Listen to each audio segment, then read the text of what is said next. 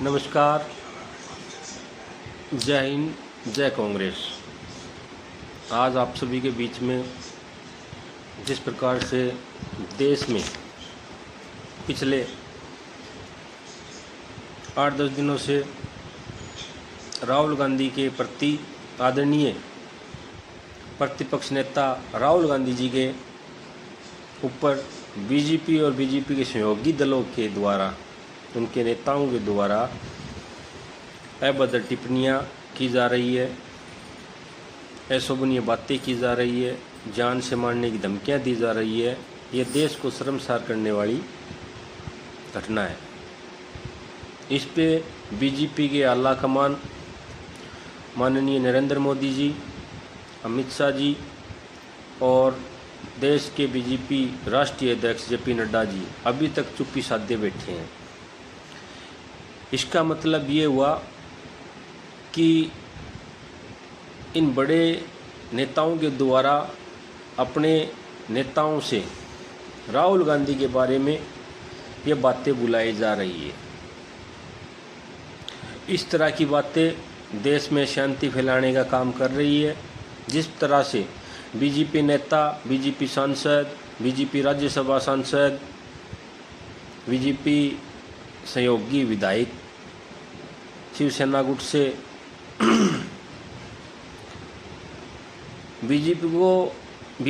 BJP की इस पुखलाट से ये बात सिद्ध हो गई है कि देश में 2 राज्यों में चुनाव चल रहा है और दोनों राज्यों में कांग्रेस पूर्ण बहुमत से आ रही है। आज ये देश के अंदर इस प्रकार की बातें फैलाकर देश में अशांति का माहौल पैदा करना चाहते हैं, भाईचारे को ख़त्म करना चाहते हैं और दोनों राज्य में जहां कांग्रेस की सरकार बन रही है वहां किसी तरह से खलन डालने का काम इनके द्वारा किया जा सकता है।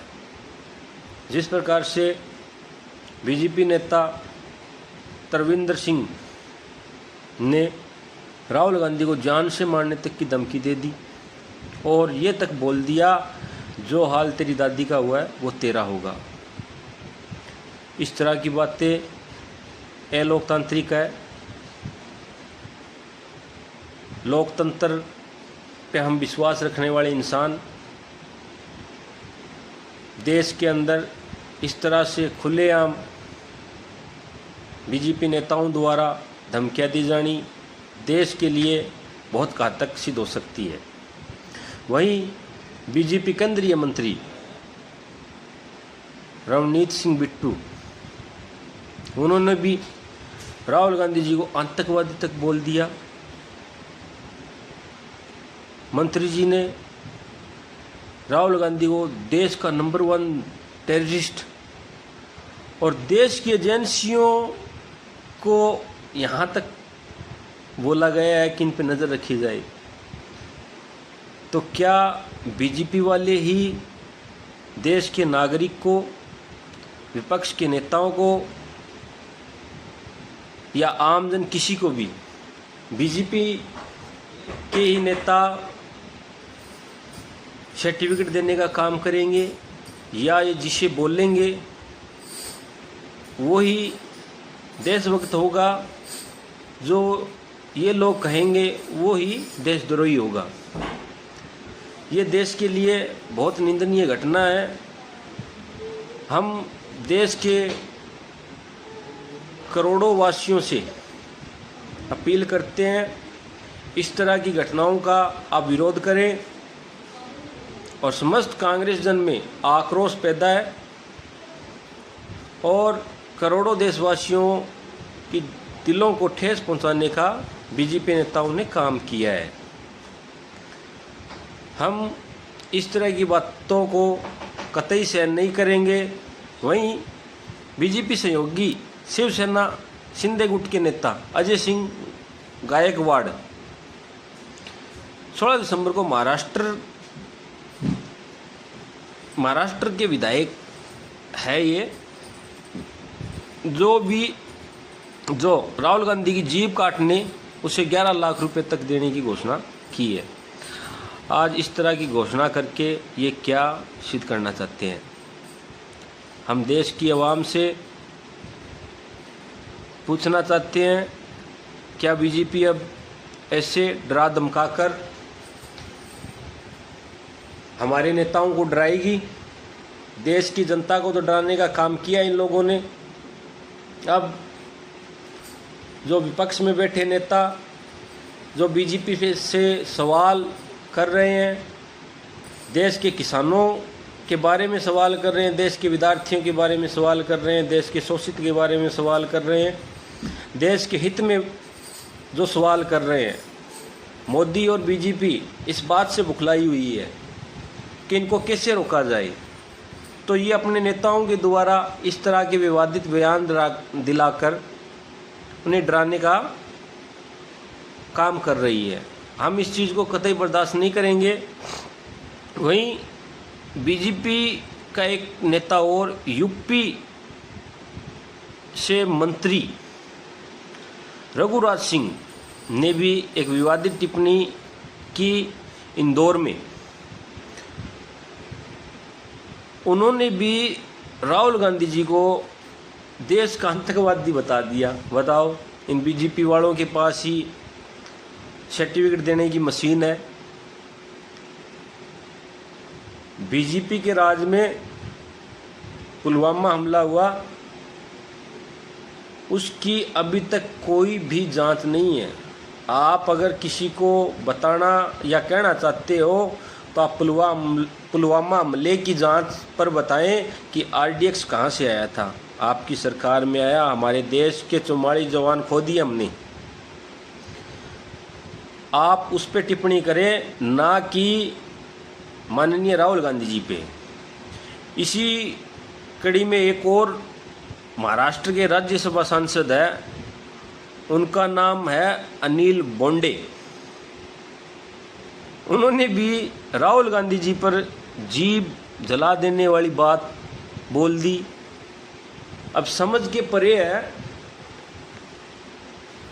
कि ये बीजेपी के लोग इस तरह से क्यों कर रहे हैं। जहाँ तक समझ में आया है, जहाँ तक समझा है कि देश के अंदर 2 राज्यों में चुनाव चल रहे हैं और इन दोनों राज्यों में कांग्रेस पूर्ण बहुमत से आ रही है और बीजेपी का हमेशा ही एजेंडा रहा है किसी न किसी अपवादित बयान या इस तरीके से कोई खेल रच के जनता को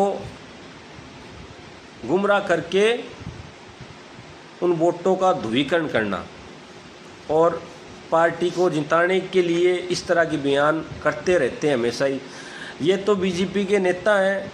माननीय प्रधानमंत्री जी तक ने लोकसभा चुनाव में इस तरह की बातें बोल दी थी, गृह मंत्री साहब ने भी इस तरह की बातें बोल दी थी। तो नेताओं से तो क्या उम्मीद कर सकते हैं कि नहीं बोलेंगे। जब नेताओं के प्रधानमंत्री इस तरह की बात करते हैं तो नेता तो इनके नक्शे कदम पे चलेंगी। जिस प्रकार से राहुल गांधी जी के बारे में ये अनगढ़ बातें बोल रहे हैं, तो राहुल गांधी जी के परिवार ने देश के लिए अपनी जान दी है, जान दे के देश को सिंचा है। देश के लिए उन्होंने कुर्बानियाँ दी है। महात्मा गांधी जी ने कुर्बानी दी है, इंदिरा गांधी जी ने कुर्बानी दी है, इनके पिताजी राजीव गांधी जी ने भी देश के लिए कुर्बानी दी है। और इसी प्रकार से राहुल गांधी जी भी देश में पैदल भ्रमण कर रहे हैं, देश की जनता का दुख समझ रहे हैं, दुख लोगों तक जा रहे हैं। जिस प्रकार से राहुल गांधी जी ने कन्याकुमारी से कश्मीर तक पैदल यात्रा की, लोगों को समझा, उनके दर्द को समझा। जिस प्रकार से राहुल गांधी जी ने मणिपुर से बम्बई तक यात्रा की और हिंदुस्तानियों की समस्या को सुना, आज उन नेता के बारे में बीजेपी इस तरह का बयान कर रही है। ये क्या दर्शाना चाहते हैं? हमारी बीजेपी गवर्नमेंट से अपील है इन नेताओं को जल्द से जल्द गिरफ्तार किया जाए और सख्त से सख्त इन पे कार्रवाई की जाए। ये देश में दंगा भड़काने वाली भाषा है और हम और हमारे भारत के देशवासी इस तरह की घटना को कतई बर्दाश्त नहीं करेंगे। और जिन नेताओं ने ऐसा बोला है और कांग्रेस पार्टी के आला कमान माननीय नरेंद्र मोदी जी, अमित शाह जी और जेपी नड्डा जी राहुल गांधी जी से माफ़ी मांगे और इन दोषियों पर कार्रवाई करने का काम करे। जिस प्रकार से एक छोटा सा वाक्य आपको बताता चलूँ, हमारे मुफ्ती साहब सलमान अजहरी के एक बयान पे उन्हें 5 फरवरी 2024 को गिरफ्तार कर लिया गया और अभी तक उनकी जमानत तक नहीं हुई। उनका तो ऐसा कोई विवादित बयान नहीं था और जिस तरह से बीजेपी के इन लोगों ने विवादित बयान दिया है, इनको तो आजीवन कारावास होना चाहिए। हम आपसे इस सोशल मीडिया के माध्यम से ये अपील करते हैं, आप सलमान अजहरी हमारे मुफ्ती साहब हैं, उनकी रिहाई की जाए और इन नेताओं, आपके बीजेपी नेताओं पर एक्शन लेकर इनके गिरफ्तार करके जल्द से जल्द सज़ा का प्रावधान निकाला जाए। और आज भादरा के कांग्रेस प्रत्याशी रहे अजीत बेनीवाल साहब ने उपखंड कार्यालय में राष्ट्रपति महामहिम के नाम राहुल गांधी पे टिप्पणी करने के बाबत में आज ज्ञापन दिया गया और कल प्रदेश कांग्रेस कमेटी के निर्देशानुसार